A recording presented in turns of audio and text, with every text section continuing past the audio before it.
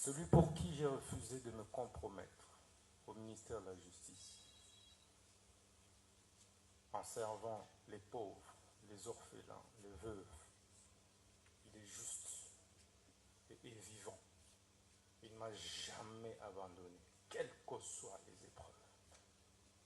Je crois en lui et je sais qu'il me viendra au secours, même en dernière minute.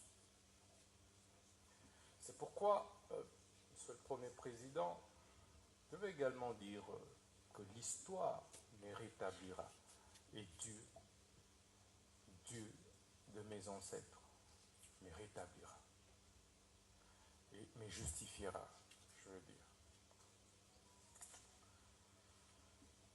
J'ai dû démissionner de mes fonctions de ministre d'État, ministre de la Justice et Garde-Sceaux, après avoir rendu des loyaux services à la République, pris autant de risques pour ce pays, face à une guerre d'agression qui était pendante, où tout le monde a lâché. J'ai tenu bon et prêt à donner de ma vie pour cette République.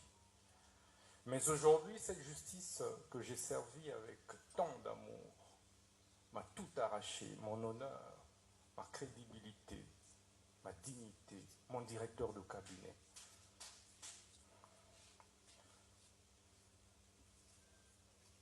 Mais il y a un adage, un dicton russe qui dit que ceux dont le destin est défini pendu ne se noient pas.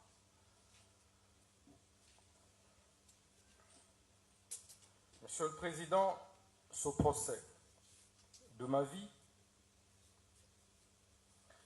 était la dernière preuve que j'attendais pour confirmer que j'étais dans le bon, dans la lutte pour la justice juste et équitable pour tous.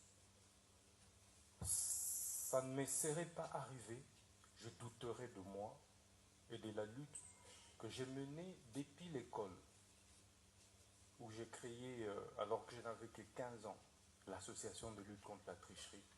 Et à l'université protestante au Congo, j'ai créé l'association de lutte contre les antivaleurs, président des étudiants. Je me suis opposé à toutes les antivaleurs, et de manière farouche, qui m'avait valu, pour la première fois, de reprendre en deuxième session, alors que j'avais distingué. Et je payais ce prix avec honneur. Au ministère de la Justice, je subis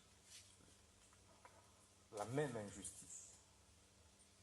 Alors que je voulais faire mon travail correctement, redresser les choses, pour le bien de tous, le bien du pays et des générations futures. C'est pourquoi ce procès est historique.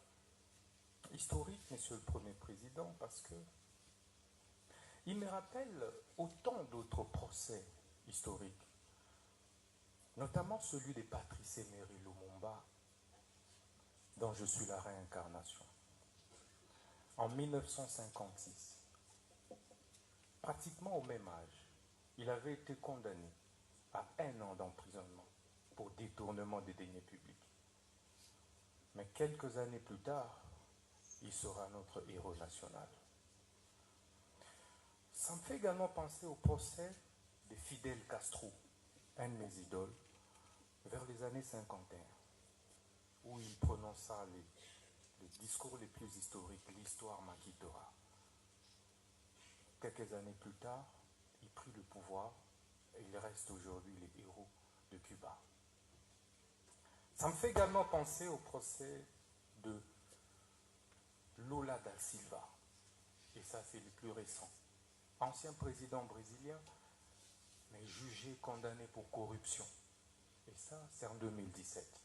Au sortir de la prison, il a été président de la République jusqu'à aujourd'hui.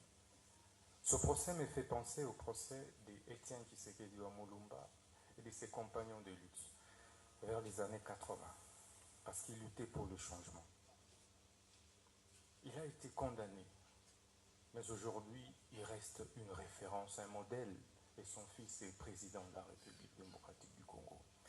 Ce procès, enfin, me fait penser au procès des Mandela. Mandela, vers les années 59, mais exactement 62. En 62, il a été condamné injustement. Et il a fait 27 ans en prison. Mais sort de là, président de la République d'Afrique du Sud.